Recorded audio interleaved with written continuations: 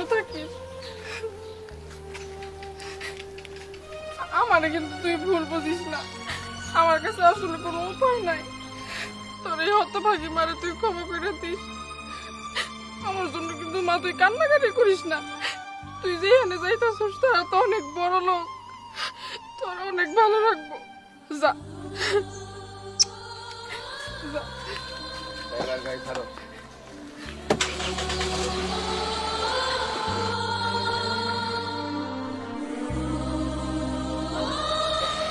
একটু দাঁড়া না, একটু দাঁড়ান, একটু দাঁড়ান। শোয়া মা, তুই কিন্তু আমার কথা চিন্তা করে খাওয়া দাওয়া বন্ধ করে দিস না। ও ম্যাডাম, আমার মায়ের আমি খাবার না খাওয়া দিলে ও খাবার খায় না। আমার মায়ের একটু খাবার খাওয়াই দিয়েন। শোনো মা, ওই যে আমার মেয়েটা বিয়ে শাদী হয়েছে, আজকে 7 বছর